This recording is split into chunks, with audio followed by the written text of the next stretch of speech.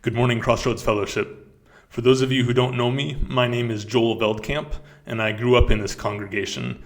And today I live in Zurich, Switzerland, where I work for Christian Solidarity International.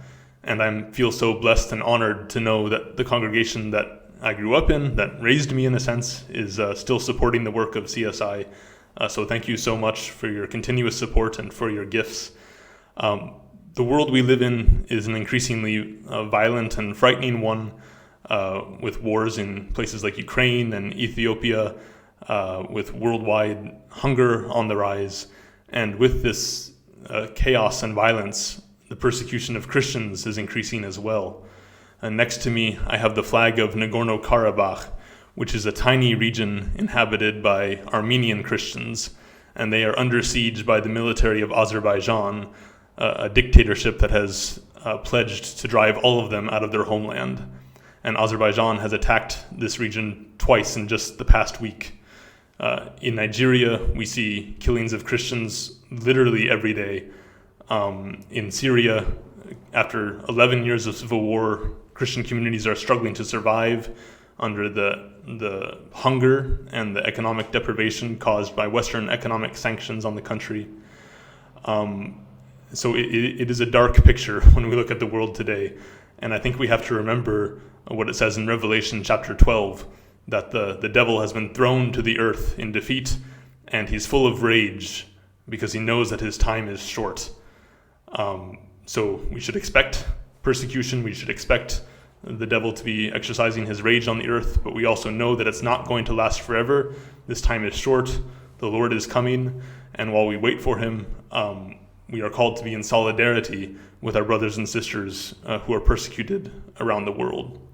And thanks to your gifts and gifts of people like you around the world, CSI is able to act and make a real difference in the lives of persecuted Christians. In Nagorno-Karabakh, we fund the only rehabilitation center in the region, which provides state-of-the-art care for disabled children and for people who were wounded in the wars in 2020 and in the early 90s. In Syria, we're providing support, especially medical support for people who can't afford medicine. In South Sudan, we're bringing people out of slavery, people who have been in slavery for decades or their whole lives now. We're able to bring them back to their homeland and set them free. And this morning, I have particularly on my mind a young man in Pakistan named Nabil, a Christian man.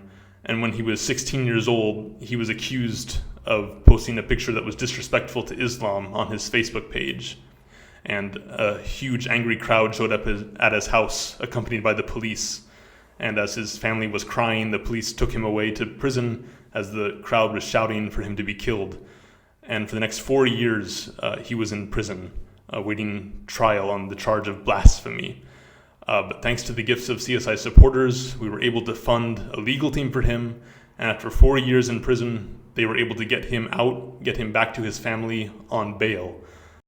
He's still facing charges for blasphemy, which could carry the death penalty in Pakistan, but he's out of prison, he's with his family, and CSI is standing by him, and we won't abandon him until the end of this saga.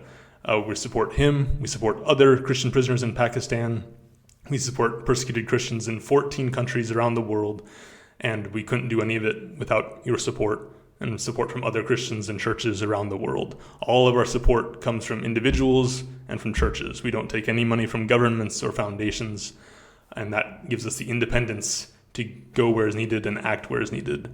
So thank you so much for your support.